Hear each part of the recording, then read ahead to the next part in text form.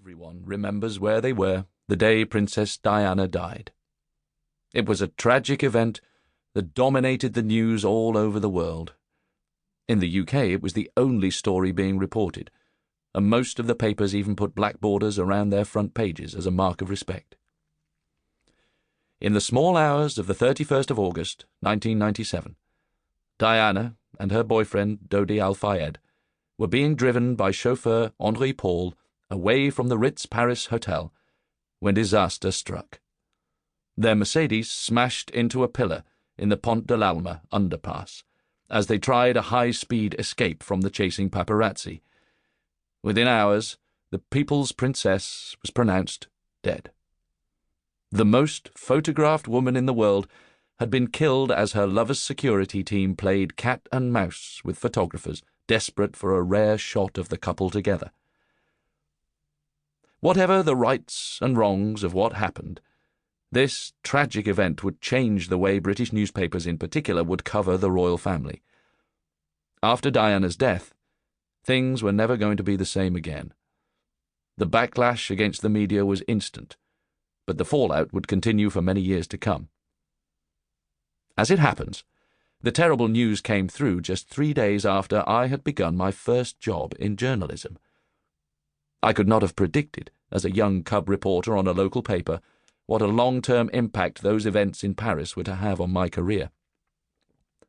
I had always been a fan of the royal family as individuals, even though, as an institution, I felt it was perhaps outdated and anti-democratic.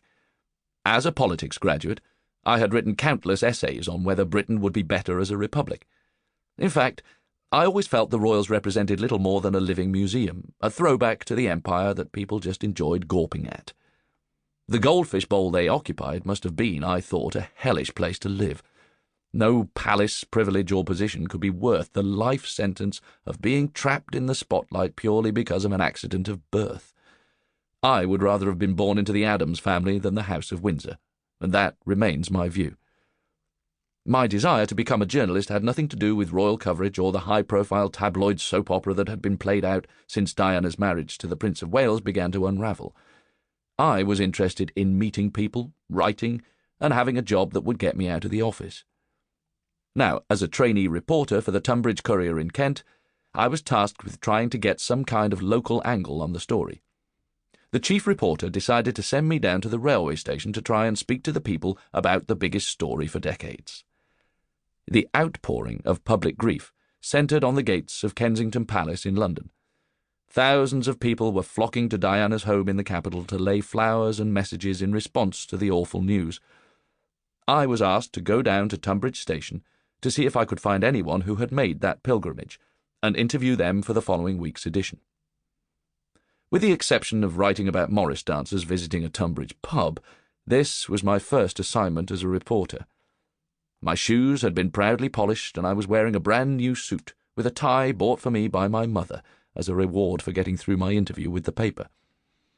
I was so excited about getting a job as a reporter.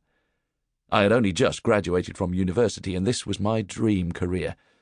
The local paper would train me, and although the pay was dreadful, at least I didn't have to fork out on a postgraduate journalism course with no guarantee of a job at the end. So, the first trip out of the tiny office above a shop in Tunbridge High Street was a real milestone for me. It was the first time I would meet the public face to face, and with a bit of luck, get some good quotes and my first byline in that week's edition. Finding people that fitted the bill wasn't difficult. Dozens were setting off or returning from London on the train in their bid to pay their respects. I pulled out my brand-new notepad and approached 2 middle-aged women who had clearly just returned from Kensington Palace. "Hello," I said. "I'm really sorry to bother you, but I'm a reporter from the Tunbridge Courier. I'm trying to speak to anyone local who's been up to Kensington Palace to lay flowers." The reply I was given is ingrained in my memory.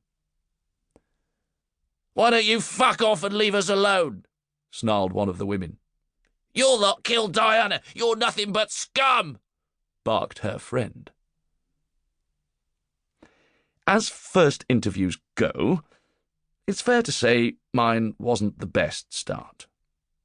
I was so shocked by their response and didn't dare try and explain how it was my first week.